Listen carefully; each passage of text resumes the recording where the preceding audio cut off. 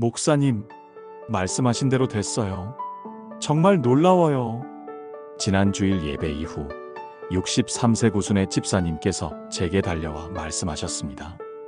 구 집사님은 평소 조용하고 차분하신 분인데 그날은 눈물을 글썽이며 제 손을 꼭 잡으셨습니다. 목사님, 제 아들이요.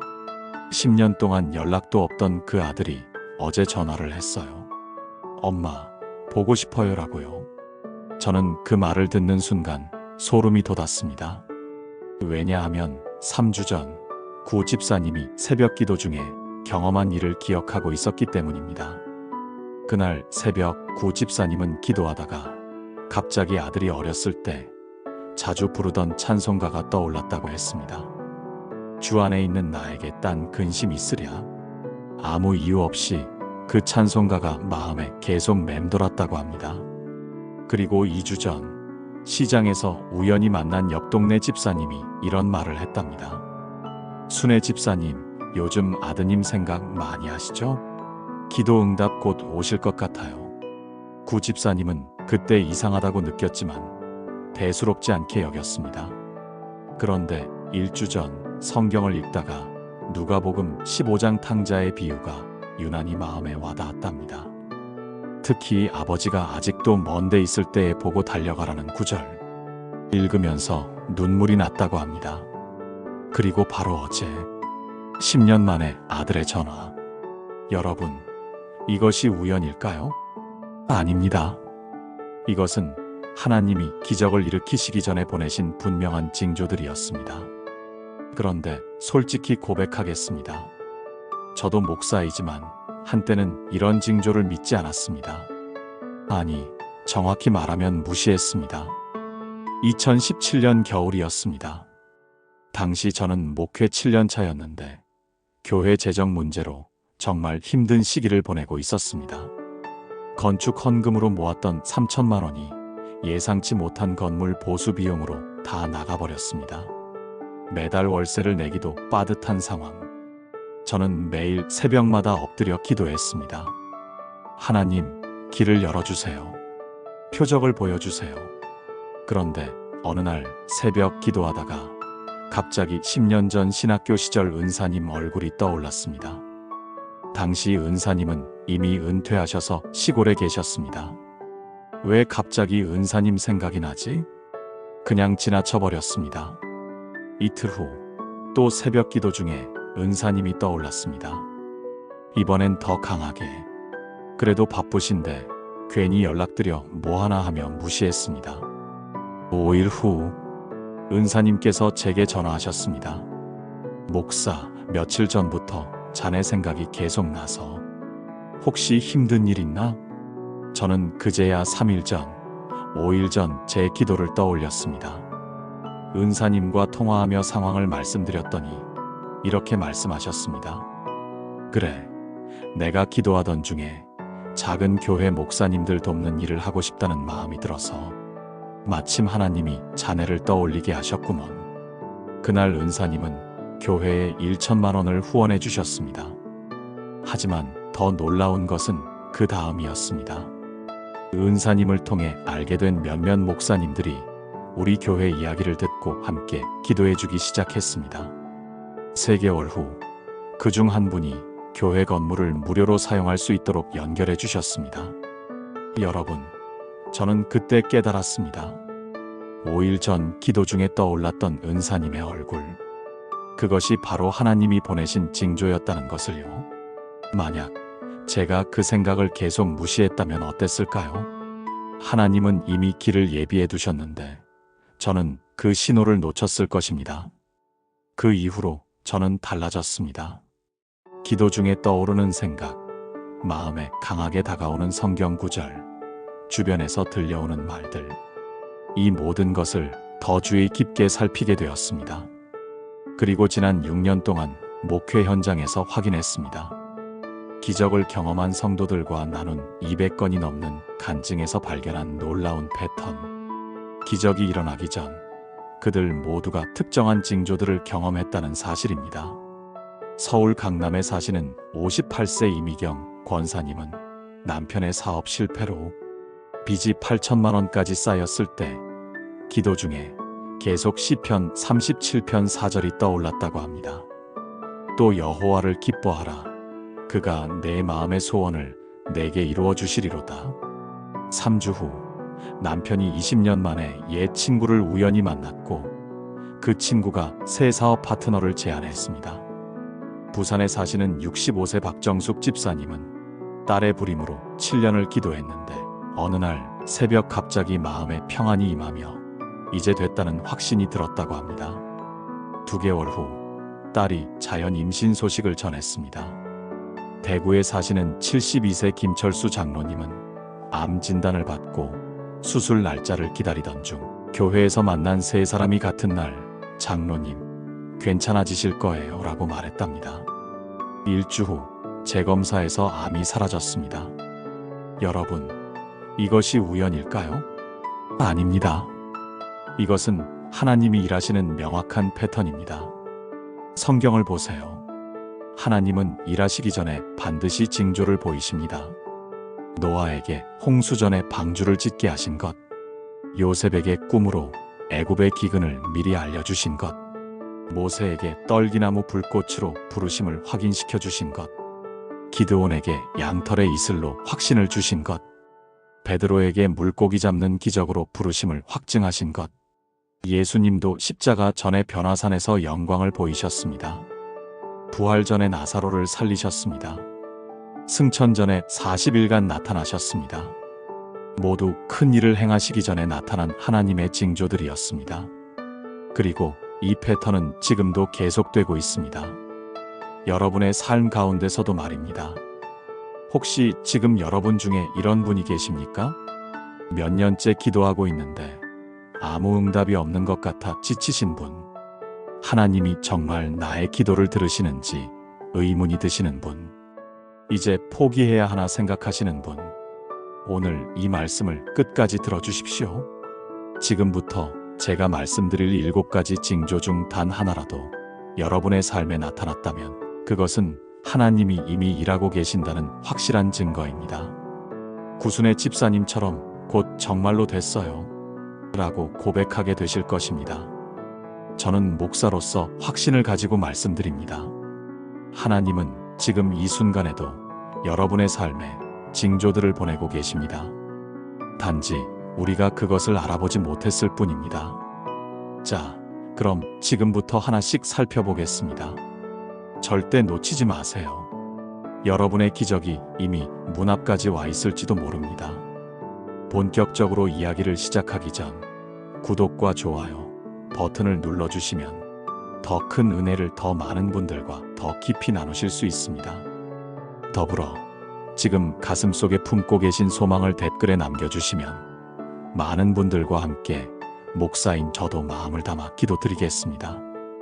그럼 지금부터 주님께서 기적을 보여주시기 전 보이는 7가지 징조가 무엇인지 알아보도록 하겠습니다. 첫 번째, 기도 중에 특정 사람이나 상황이 계속 떠오릅니다. 여러분, 기도하실 때 이런 경험 있으신가요? 특별히 기도하려던 내용도 아닌데 갑자기 어떤 사람의 얼굴이 떠오르는 경험.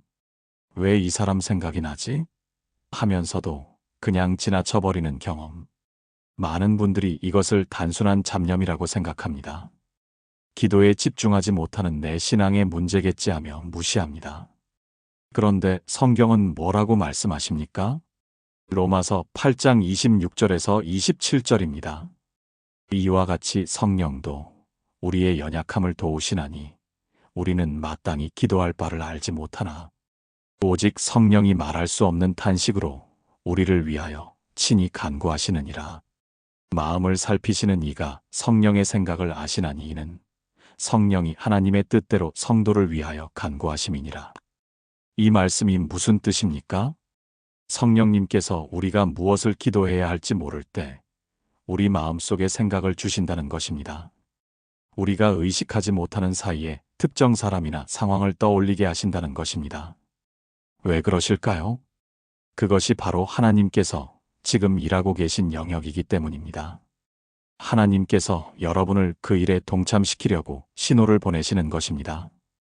그렇다면 우리는 어떻게 해야 할까요? 간단합니다.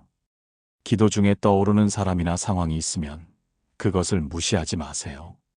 즉시 그것을 위해 기도하세요. 하나님, 지금 이 사람이 떠올랐습니다.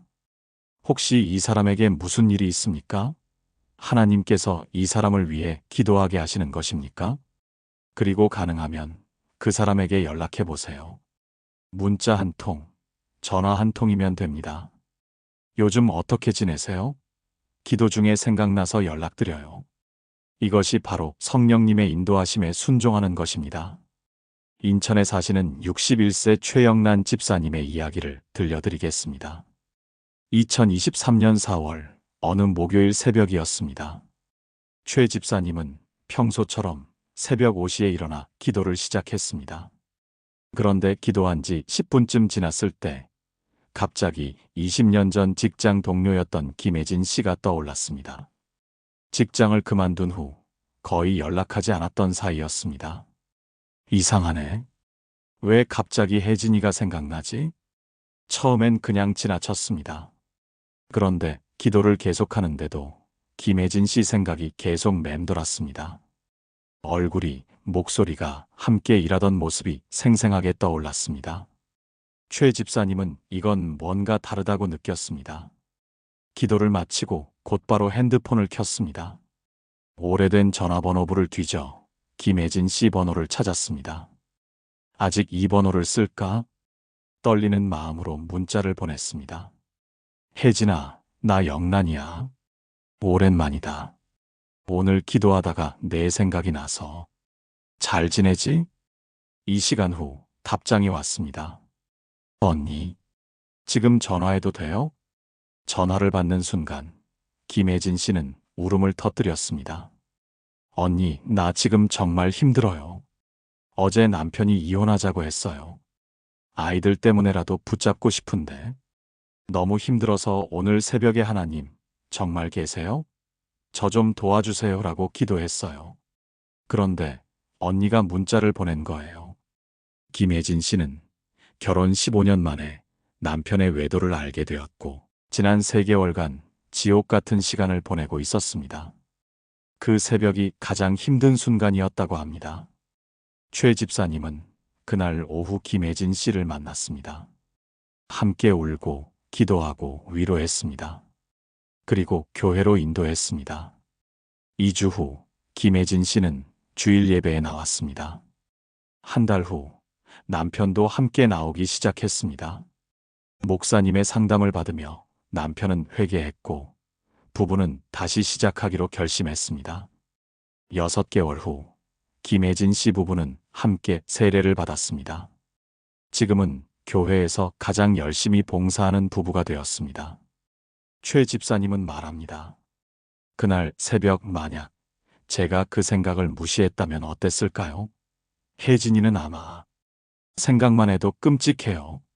하나님께서 정확한 시간에 정확한 사람을 제 마음에 떠올려 주신 거예요. 여러분, 이것이 바로 첫 번째 징조입니다. 기도 중에 특정 사람이나 상황이 계속 떠오른다면 그것은 하나님이 그곳에서 일하고 계신다는 신호입니다. 하나님은 여러분을 그 기적의 통로로 사용하시려는 것입니다. 절대 무시하지 마세요.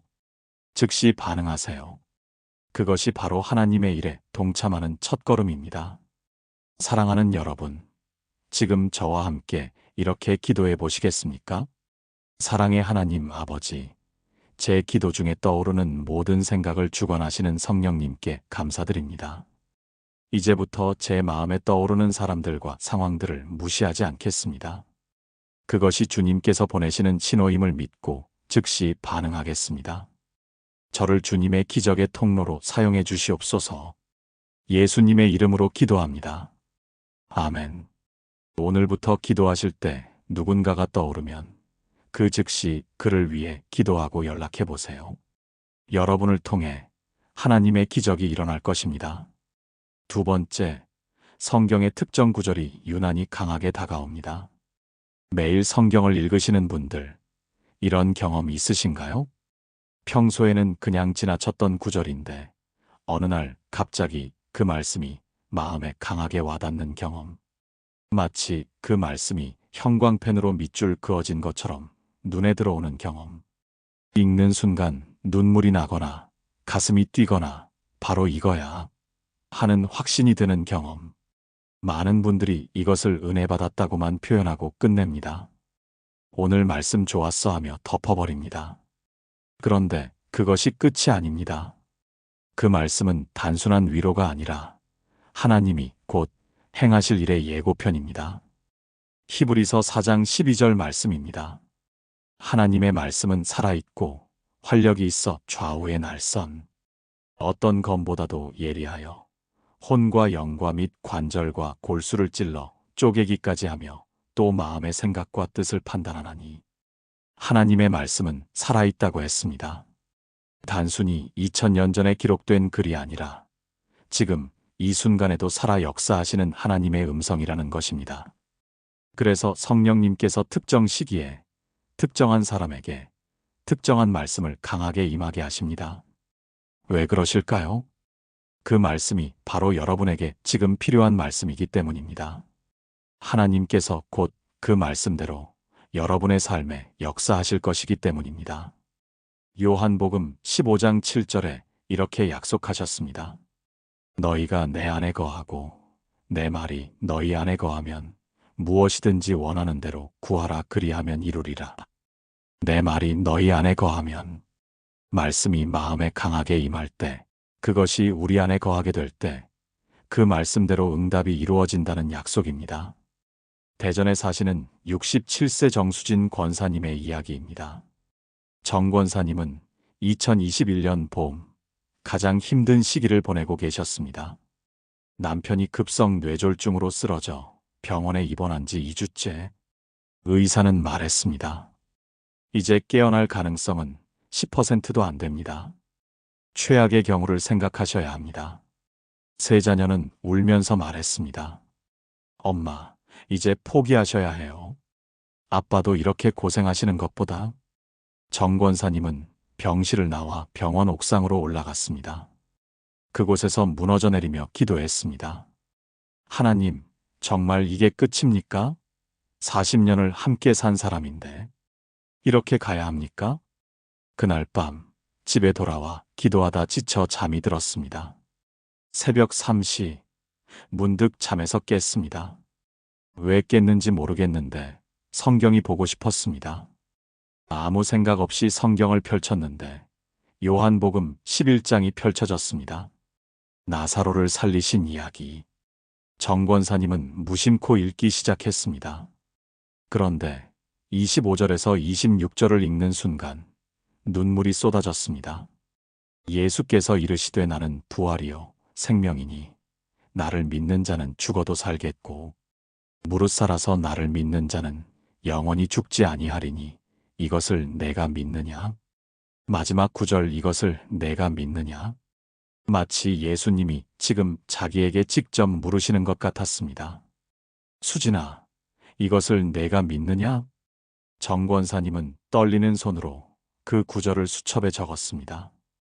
그리고 무릎 꿇고 기도했습니다. 예, 주님. 저는 믿습니다. 주님은 부활이요 생명이십니다. 제 남편이 다시 살 것을 믿습니다. 다음 날부터 정 권사님은 달라졌습니다. 병실에 가서 의식 없는 남편의 손을 잡고 요한복음 11장 25절에서 26절을 큰 소리로 읽었습니다. 매일 하루에 3번씩. 간호사들이 이상하게 쳐다봤지만 개의치 않았습니다. 자녀들이 엄마 그만하세요. 아빠는 못 듣잖아요 라고 했지만 멈추지 않았습니다. 아니야. 너희 아버지는 듣고 계셔. 그리고 하나님도 듣고 계시잖아. 7일째 되는 날 새벽에 병원에서 전화가 왔습니다. 보호자님, 빨리 오세요.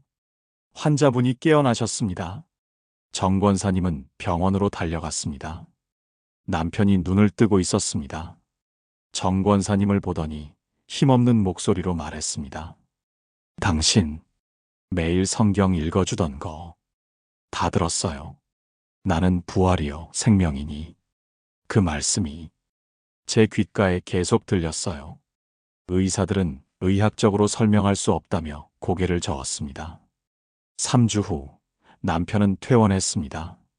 6개월 후 완전히 회복되어 정상 생활로 돌아왔습니다.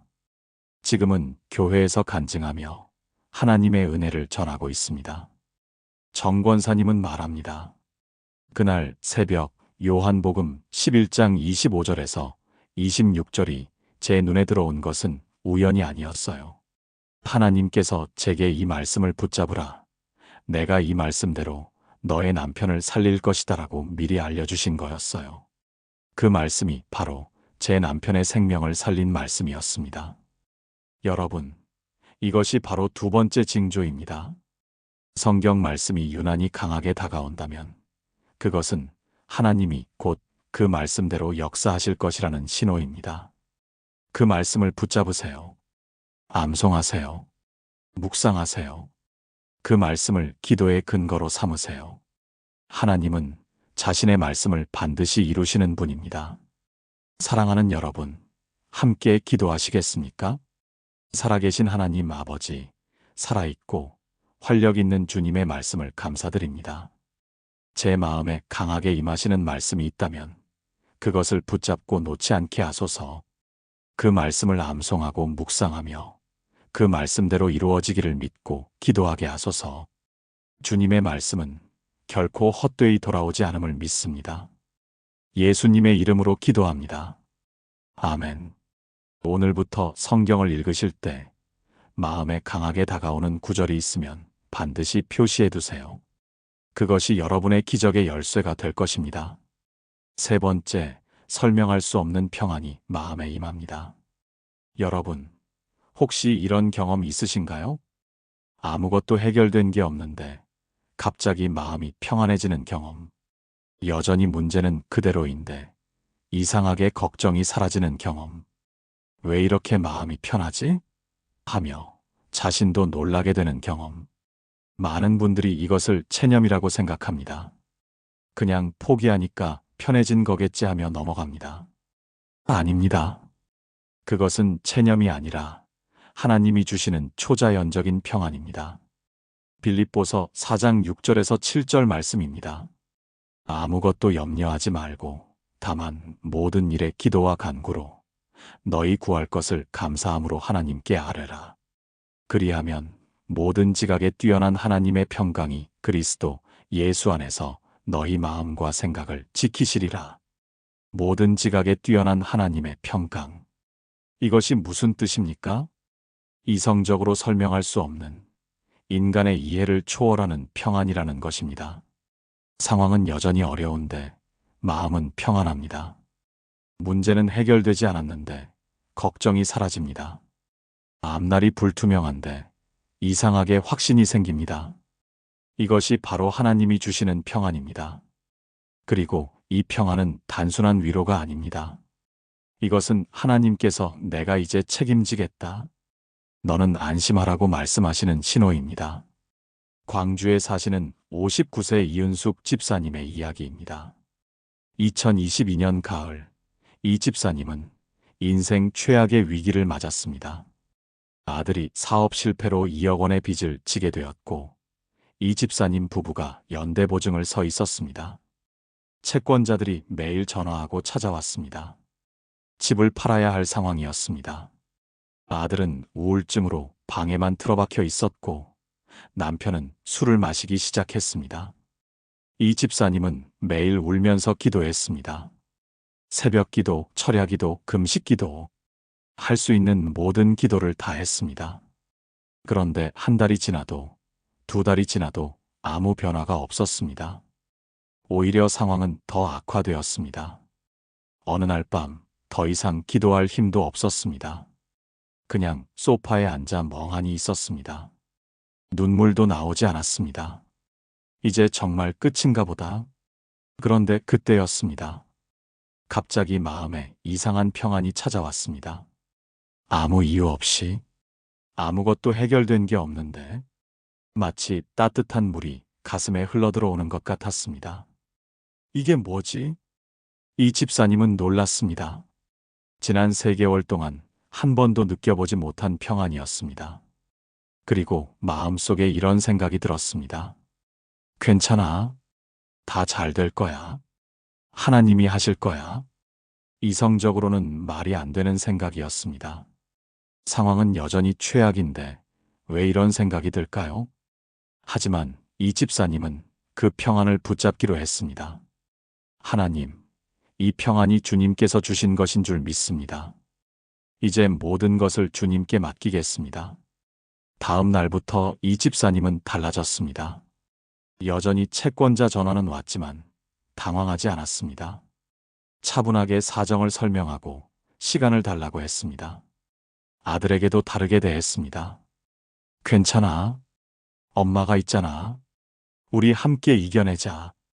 일주일 후 아들의 친구가 찾아왔습니다. 형, 나 사업이 잘 되어서 여유가 좀 생겼어. 형 돕고 싶어. 일단 5천만 원 빌려줄게. 천천히 갚으면 돼.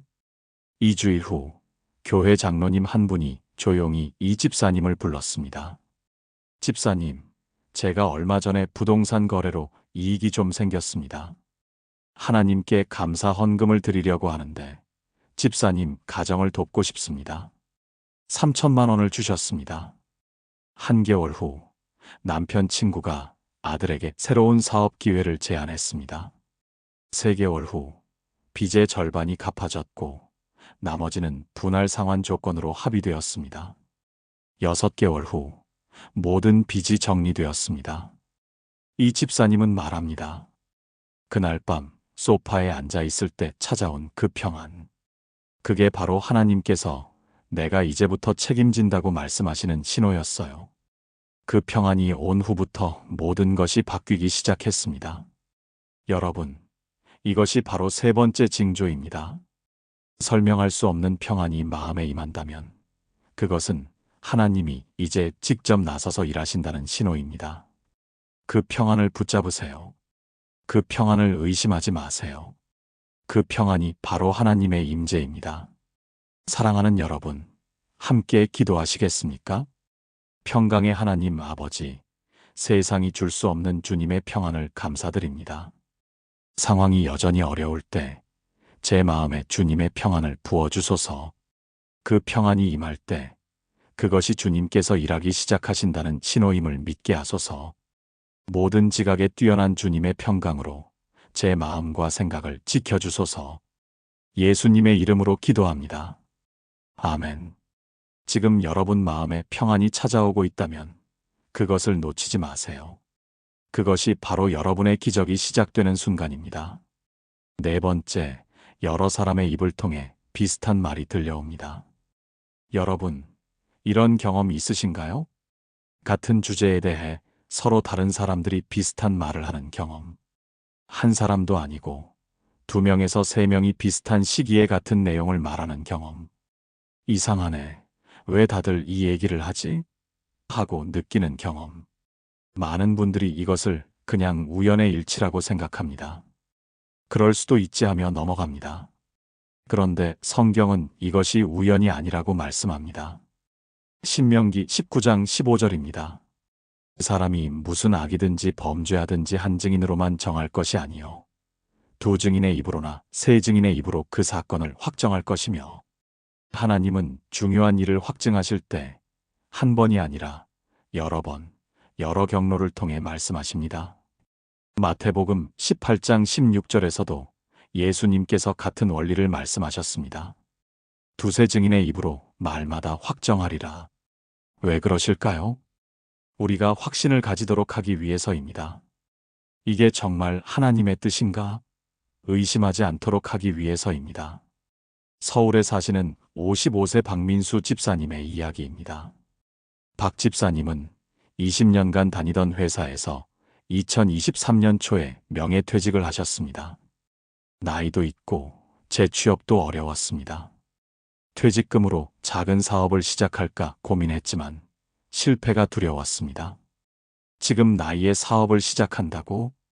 위험하지 않을까? 매일 고민만 하고 결정을 못 내리고 있었습니다. 어느 주일 교회 복도에서 장로님 한 분이 박 집사님을 보더니 이렇게 말씀하셨습니다. 집사님, 요즘 어떻게 지내세요? 제가 기도 중에 집사님이 새로운 일을 시작하시는 모습이 떠올랐어요. 하나님께서 길을 열어주실 것 같아요. 박 집사님은 장로님이 어떻게 알았지? 하며 놀랐습니다. 그 이야기를 아무에게도 하지 않았는데 3일 후 새벽 기도회에서 옆자리에 앉은 권사님이 갑자기 이렇게 말씀하셨습니다. 집사님, 혹시 뭔가 새로운 일 시작하시려고요? 제가 어제 꿈을 꿨는데 집사님이 가게 같은 곳에서 밝게 웃고 계시더라고요. 하나님께서 복 주실 것 같아요. 박 집사님은 깜짝 놀랐습니다. 이번엔 권사님도 같은 이야기를 하시다니. 일주일 후 교회 청년부에서 봉사하고 있는데 청년 한 명이 다가왔습니다. 집사님, 죄송한데요. 제가 며칠 전부터 집사님이 자꾸 생각나서요. 기도하면서 느낀 건데 집사님이 곧 새로운 일을 시작하실 것 같아요. 하나님께서 함께 하실 거예요. 이제는 청년까지. 박 집사님은 전율을 느꼈습니다. 이게 우연일 수 있나? 장로님, 권사님, 청년까지. 셋이나 같은 말을? 그날 밤, 박 집사님은 무릎 꿇고 기도했습니다. 하나님, 이제 알겠습니다. 주님께서 세 사람의 입을 통해 확증해 주셨습니다.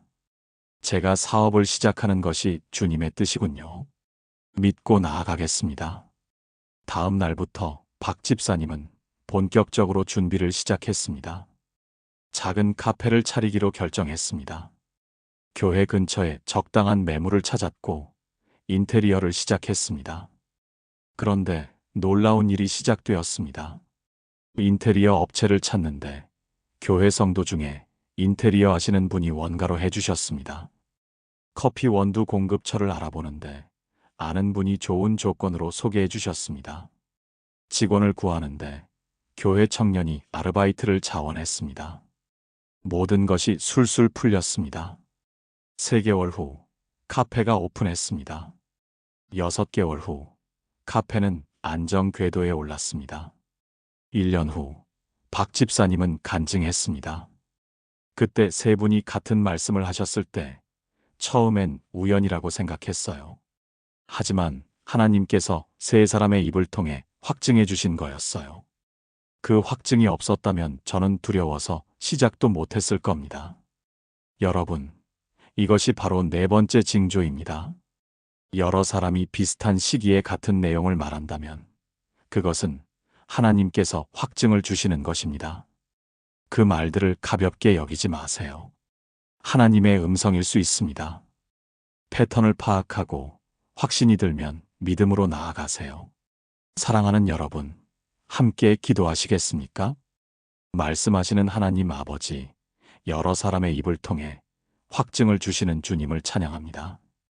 제 주변 사람들이 하는 말을 주의 깊게 듣게 하소서. 그 말들 속에서 주님의 음성을 분별하게 하소서. 확증을 주실 때 그것을 알아보고 믿음으로 순종하게 하소서. 예수님의 이름으로 기도합니다. 아멘. 오늘부터 주변 사람들의 말에 귀 기울이세요. 비슷한 내용이 반복된다면 그것이 바로 하나님의 확증입니다. 5번째, 오래 막혔던 문이 조금씩 열리기 시작합니다. 여러분, 이런 경험 있으신가요? 몇 년간 꽉 막혀 있던 일이 갑자기 조금씩 풀리기 시작하는 경험. 이게 왜 갑자기? 하며 놀라게 되는 경험. 작은 변화들이 연달아 일어나는 경험. 많은 분들이 이것을 그냥 운이 좋아진 것이라고 생각합니다. 때가 되었나 보다 하며 감사만 하고 끝냅니다. 그런데 이것은 단순한 행운이 아닙니다. 이것은 하나님께서 막힌 문을 여시기 시작하신다는 분명한 신호입니다. 요한계시록 3장 7절에서 8절 말씀입니다. 빌라델비아 교회의 사자에게 편지하라. 거룩하고 진실하사 다윗의 열쇠를 가지신 이곳 열면 닫을 사람이 없고 닫으면 열 사람이 없는 그가 이르시되 볼지어다 내가 내 앞에 열린 문을 두었으되 능히 닫을 사람이 없으리라. 하나님은 열쇠를 가지신 분입니다. 우리가 아무리 노력해도 열 수 없는 문을 여시고 아무도 막을 수 없는 문을 닫으시는 분입니다. 그리고 하나님께서 문을 여실 때는 특징이 있습니다. 갑자기 활짝 열리는 것이 아니라 조금씩 열리기 시작합니다. 작은 변화, 작은 기회, 작은 연결이 생깁니다. 그것이 점점 커져서 결국 완전히 열리게 됩니다. 제주도에 사시는 62세 강미란 권사님의 이야기입니다. 강 권사님은 2020년부터 딸의 결혼 문제로 기도해 왔습니다. 딸이 35세가 되었는데 아직 좋은 인연을 만나지 못했습니다. 3년째 같은 기도를 드리고 있었습니다. 하나님, 우리 딸에게 좋은 사람 보내주세요. 그런데 2023년 봄부터 작은 변화들이 생기기 시작했습니다. 먼저 딸이 다니던 회사에서 새로운 프로젝트 팀이 만들어졌습니다. 딸이 그 팀에 배정되었습니다. 별 의미 없는 일처럼 보였습니다. 한 개월 후 딸이 교회 청년부 모임에 오랜만에 참석하게 되었습니다. 평소에는 바빠서 잘 못 나왔는데 그날은 일정이 맞았습니다. 이것도 그냥 우연처럼 보였습니다. 2주 후 강 권사님의 친구가 갑자기 연락을 했습니다. 10년 만의 연락이었습니다. 미란아, 나 다음 주에 제주도 놀러 갈 건데 오랜만에 만날까? 친구를 만나서 이런저런 이야기를 나누다가 친구가 이렇게 말했습니다. 우리 아들 친구가 결혼 상대를 찾고 있는데 괜찮은 분 있으면 소개해줘. 강 권사님은 무심코 딸 이야기를 했습니다. 우리 딸이 있긴 한데. 그래. 한번 만나볼래? 그 친구 정말 좋은 애야. 이렇게 해서 딸과 그 청년이 만나게 되었습니다. 첫 만남에서 두 사람은 대화가 잘 통했습니다. 놀랍게도 두 사람은 같은 대학 같은 학과 출신이었습니다. 다만 학번이 달라서 학교 다닐 때는 몰랐던 것입니다. 더 놀라운 것은 그 청년이 지금 딸과 같은 회사 같은 프로젝트 팀에서 일하고 있다는 사실이었습니다. 한 달 전에 새로 만들어진 그 팀, 그리고 그 청년도 교회를 다니고 있었는데 3주 전 청년부 모임에 딸과 함께 있었던 것입니다. 강 권사님은 소름이 돋았습니다. 하나님께서 이미 몇 달 전부터 준비하고 계셨구나. 회사팀 배정도, 청년부 모임 참석도, 친구의 연락도 모두 하나님께서 문을 여시기 위해 미리 배치하신 것들이었습니다. 6개월 후 두 사람은 약혼했습니다. 1년 후 결혼했습니다. 강 권사님은 결혼식 날 눈물을 흘리며 말했습니다. 하나님께서 3년 전부터 제 기도를 들으셨어요. 그리고 작년 봄부터 하나하나 문을 여시기 시작하셨어요. 그때는 몰랐지만 지금 돌아보니 다 보여요. 여러분, 이것이 바로 5번째 징조입니다. 오래 막혔던 문이 조금씩 열리기 시작한다면 그것은 하나님께서 본격적으로 일하기 시작하셨다는 신호입니다. 작은 변화를 무시하지 마세요. 작은 기회를 놓치지 마세요. 그것들이 모여서 큰 기적이 됩니다. 사랑하는 여러분, 함께 기도하시겠습니까? 문을 여시는 하나님 아버지, 다윗의 열쇠를 가지신 주님을 찬양합니다. 제 앞에 막힌 문들을 여시기 시작하셨음을 믿습니다.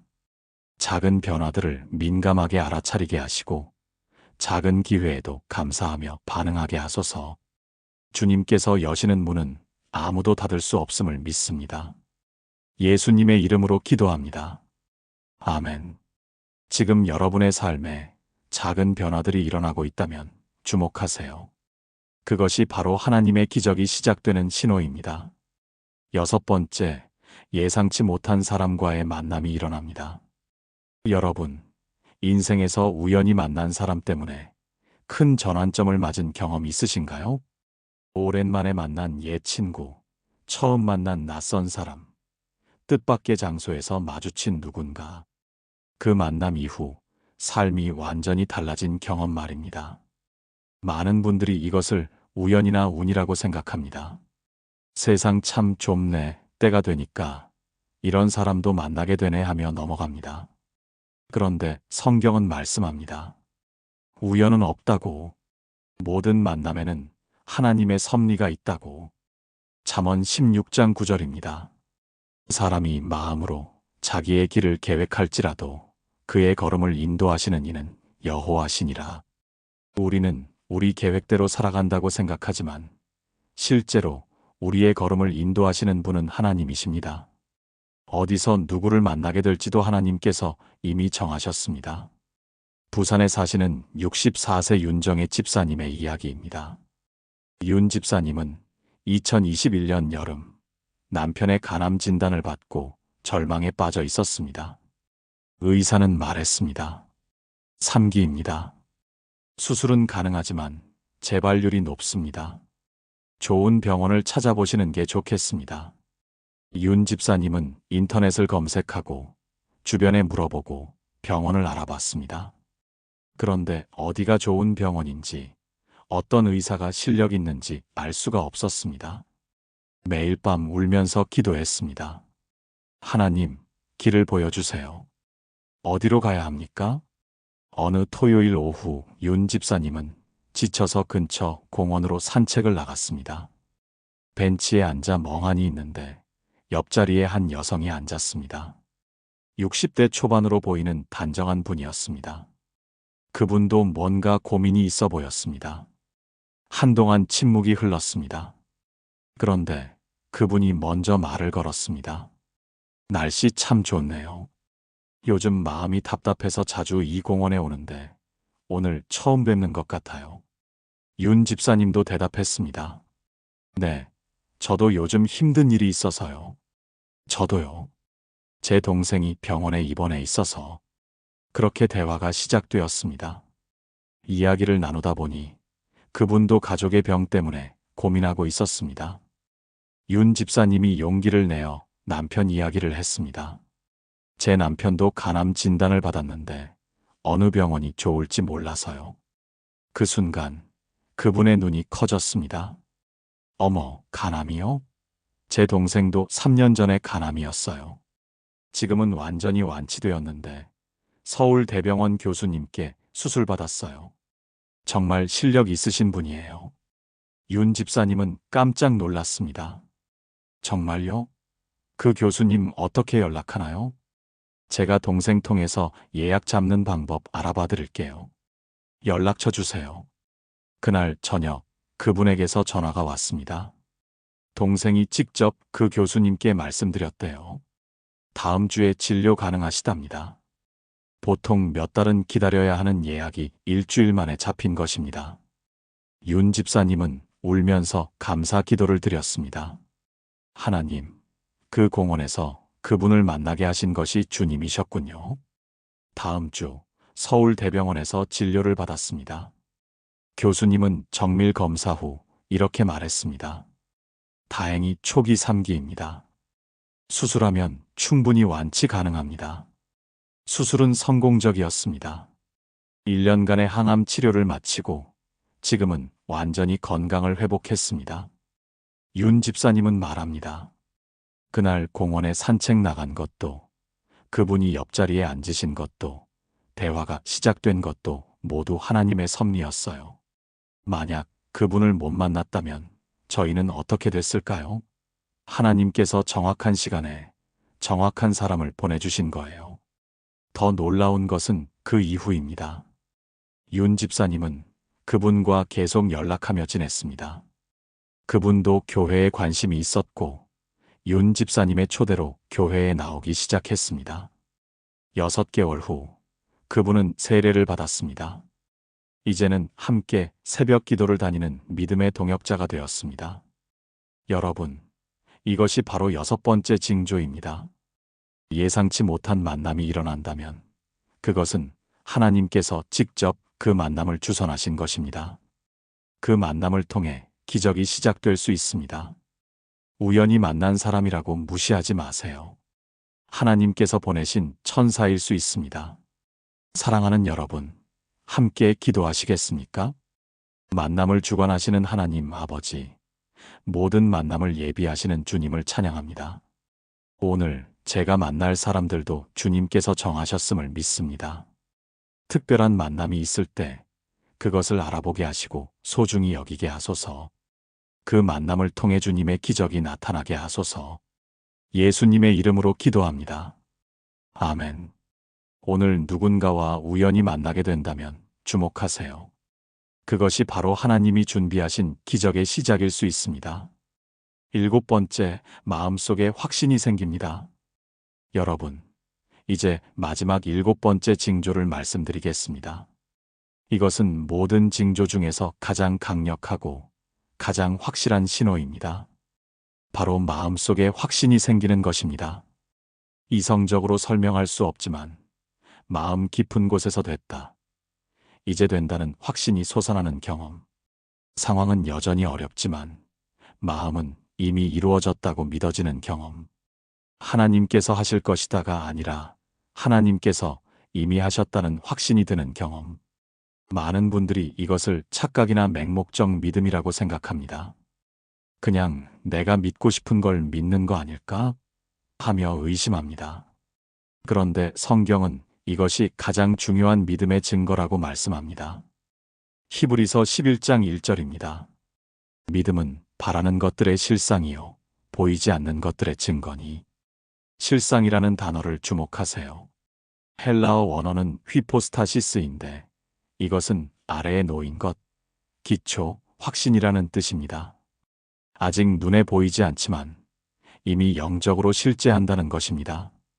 아직 손에 잡히지 않지만 이미 확정되었다는 것입니다. 그래서 바울은 로마서 4장 17절에서 이렇게 선포했습니다. 하나님은 죽은 자를 살리시며 없는 것을 있는 것으로 부르시는 이시니라. 없는 것을 있는 것으로 부르시느니, 하나님은 아직 이루어지지 않은 것을 이미 이루어진 것처럼 말씀하십니다. 그리고 우리에게도 그렇게 믿으라고 하십니다. 마가복음 11장 24절에서 예수님은 이렇게 약속하셨습니다.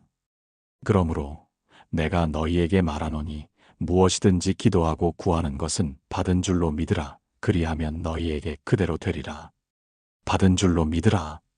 아직 받지 않았지만 이미 받았다고 믿으라는 것입니다. 그때 그대로 이루어진다는 약속입니다. 이것이 바로 확신의 능력입니다. 하나님께서 우리 마음에 확신을 주실 때 그것은 이미 영적으로 이루어졌다는 신호입니다.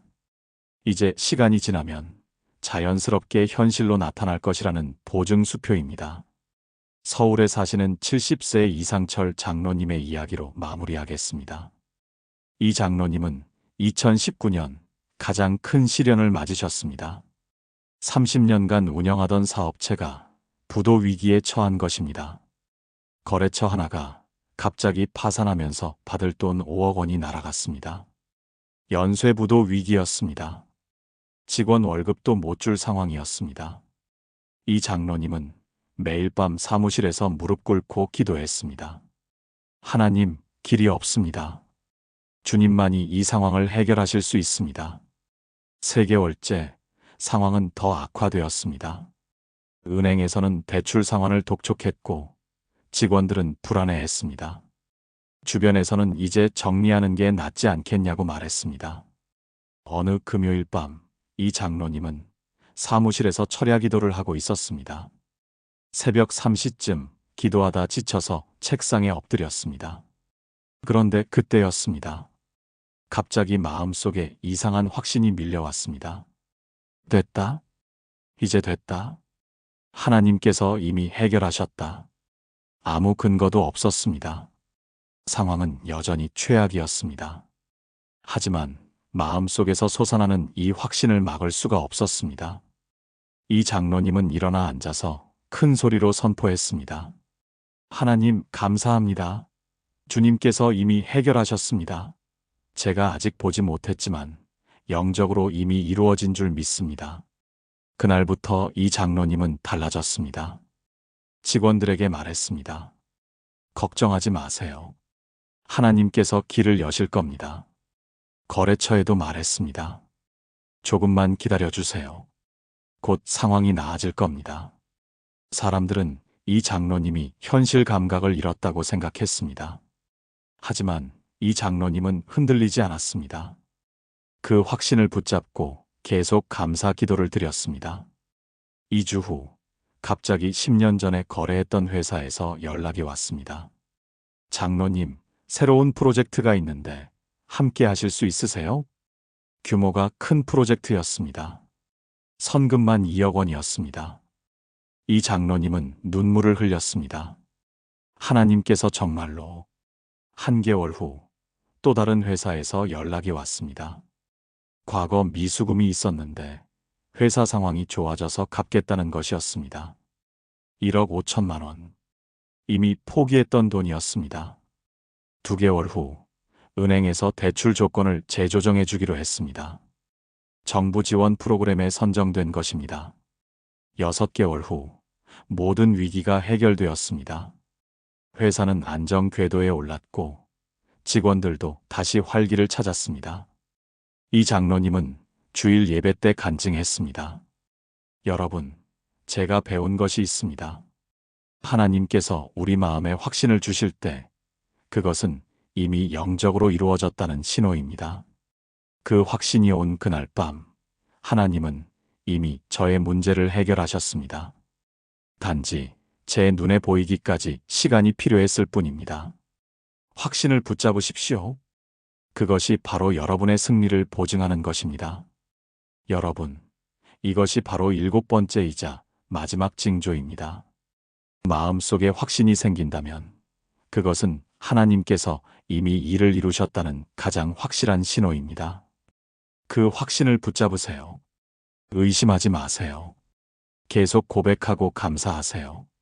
그 확신이 현실이 되는 날이 반드시 옵니다. 사랑하는 여러분, 함께 기도하시겠습니까? 확신을 주시는 하나님 아버지, 바라는 것의 실상이요, 보이지 않는 것의 증거인 믿음을 감사드립니다. 제 마음에 확신을 주실 때 그것을 알아보고 붙잡게 하소서. 아직 보이지 않아도 이미 이루어진 줄 믿고 감사하게 하소서. 없는 것을 있는 것으로 부르시는 주님을 신뢰합니다. 예수님의 이름으로 기도합니다. 아멘. 오늘 여러분 마음에 됐다는 확신이 생긴다면 그것을 놓치지 마세요. 그것이 바로 여러분의 기적이 완성되는 순간입니다. 사랑하는 여러분, 지금까지 하나님께서 기적을 주시기 전에 보내시는 7가지 징조를 나누었습니다. 이제 이 모든 것을 하나의 기도로 하나님 앞에 아뢰겠습니다. 함께 기도하시겠습니까?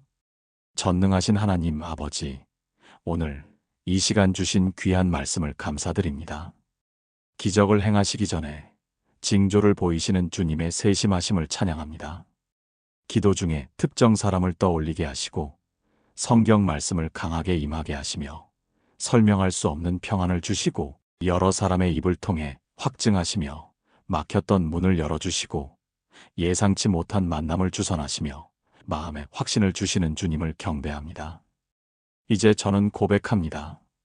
주님께서 제 삶 가운데 이미 일하고 계심을 제가 알아차리지 못했을 뿐 주님은 이미 징조들을 보내고 계셨음을 기도 중에 떠오르는 생각들이 잡념이 아니라 성령님의 인도하심이었음을 마음에 강하게 다가온 말씀들이 우연이 아니라 주님의 약속이었음을 갑자기 찾아온 평안이 체념이 아니라 주님의 임재였음을 여러 사람이 한 말들이 우연이 아니라 주님의 확증이었음을 작은 변화들이 의미 없는 것이 아니라 주님의 역사의 시작이었음을 우연한 만남들이 우연이 아니라 주님의 섭리였음을 마음에 임한 확신이 착각이 아니라 주님의 보증이었음을 주님 용서해 주소서.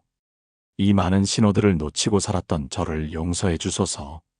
주님께서 얼마나 세심하게 저를 인도하셨는지 깨닫지 못했던 저를 용서해 주소서. 이제부터는 다르게 살겠습니다. 주님께서 보내시는 모든 징조들을 민감하게 알아차리겠습니다. 기도 중에 떠오르는 사람이 있으면 즉시 기도하고 연락하겠습니다. 말씀이 마음에 강하게 다가오면 그것을 붙잡고 암송하겠습니다. 평안이 임하면 그것을 의심하지 않고 감사하겠습니다. 여러 사람이 비슷한 말을 하면 그것을 주님의 확증으로 받아들이겠습니다. 작은 변화가 일어나면 그것을 주목하고 반응하겠습니다. 새로운 만남이 있으면 그것을 소중히 여기겠습니다. 확신이 오면 그것을 붙잡고 놓지 않겠습니다. 지금 이 순간에도 주님께서 징조들을 보내고 계심을 믿습니다. 제 삶 가운데 기적이 이미 시작되었음을 믿습니다. 보이지 않아도 믿고 느껴지지 않아도 고백하며 이루어지지 않은 것 같아도 감사하겠습니다.